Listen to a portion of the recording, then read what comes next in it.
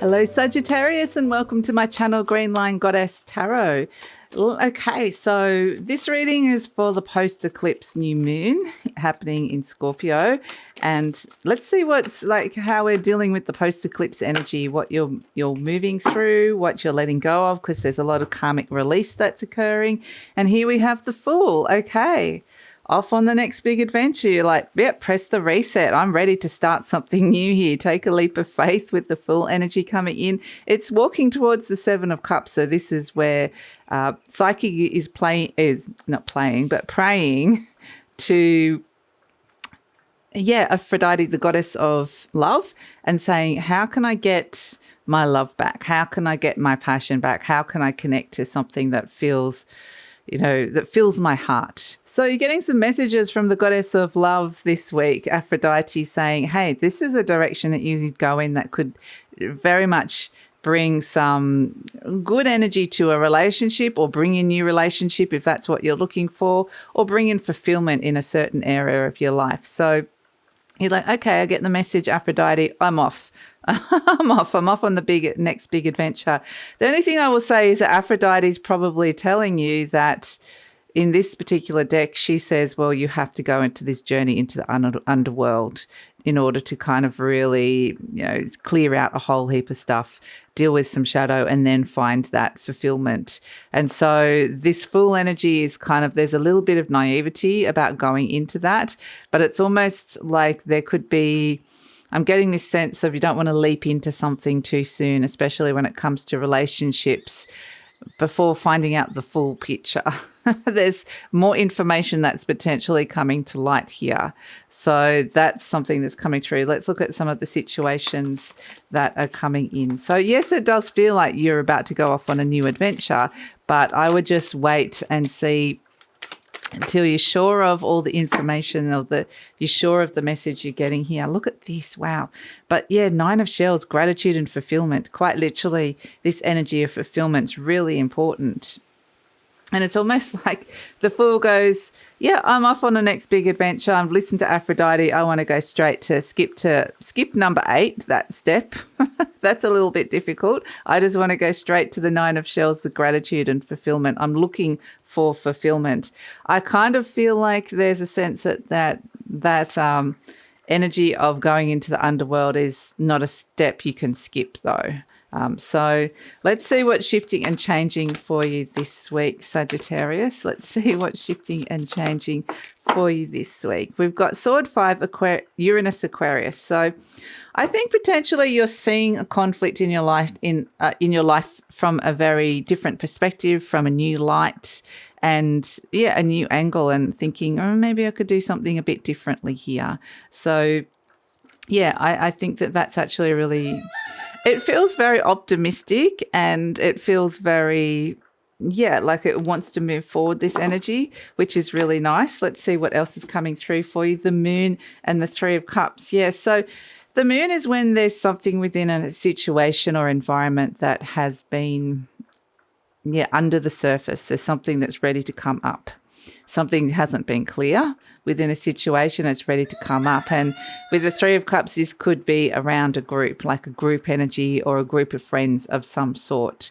It could have been related to an event, like perhaps there was like a night out or a celebration or like a gathering of some sort, and some kind of social occasion where there was something underlying there that was unclear. And so perhaps that's something that's come up around it. Let's see what else is coming through around that for you, Sagittarius.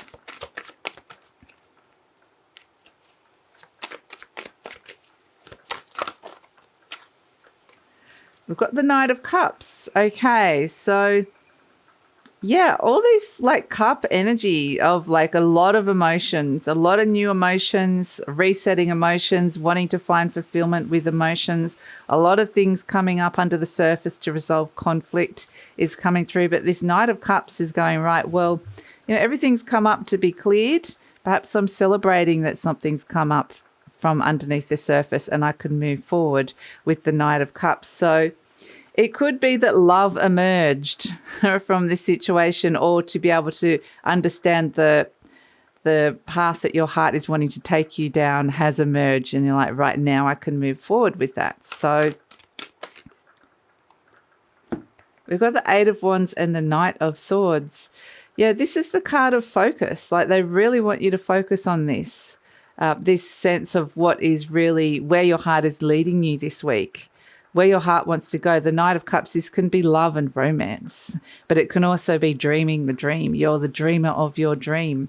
So it could have been that there was some kind of occasion and you're realizing there's something deeply fulfilling about it, or they're realizing that there's feelings here between you and somebody else. That can be explored a little bit further. But I was just asking about this sense, like, is there a misstep here between the 7 to the 9? I'm like, what's the misstep? And they're saying, no, this could all shift really quickly and fast. So you don't have to necessarily take that next step as long as you're really focused.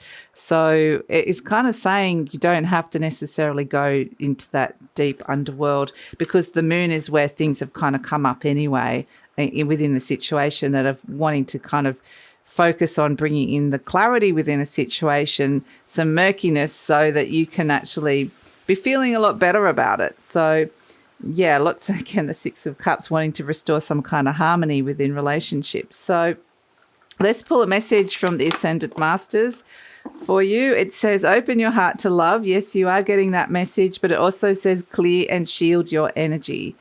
So because there could be some things, like I said, underlying, and some conflicts that need to kind of be addressed and come up to be cleared. But I feel like it actually feels pretty nice and gentle. And I just feel like if there's, yeah, I feel like for some of you, something is emerging from that lack of clarity within the situation that is going to feel like you're moving forward positively. So, yeah, it actually feels really nice. Let's pull an affirmation card for you, Sagittarius. We've got, so a lot going on in your heart space here. I'm willing to let go. I release others to experience whatever is meaningful to them, and I am free to create that which is meaningful to me. And this actually could be what this means as well. You know, the moon with the Three of Cups, this is things, just say you're with a group of people and they've got their own things that feel right for them and meaningful for them. But out of this situation, this is you moving forward going, this is what's meaningful for me. This is what's fulfilling for me. I'm leaving that behind, that sense of clarity, or that there's things underneath the surface there that don't feel right. So yeah, I think that that's really an important energy to come through here. Let's pull an animal spirit energy to finish this off for you, Sagittarius, and see what you're working with in love and relationships this week. Love and relationships this week for Sagittarius with animal spirit energy. Oh, we've got snake. Oh, I like it. Okay. Snake, it's a very eclipse-like energy. It almost looks like an eclipse, doesn't it? But it's saying that there's endings of cycles here, and there's the beginnings of new cycles that are coming through.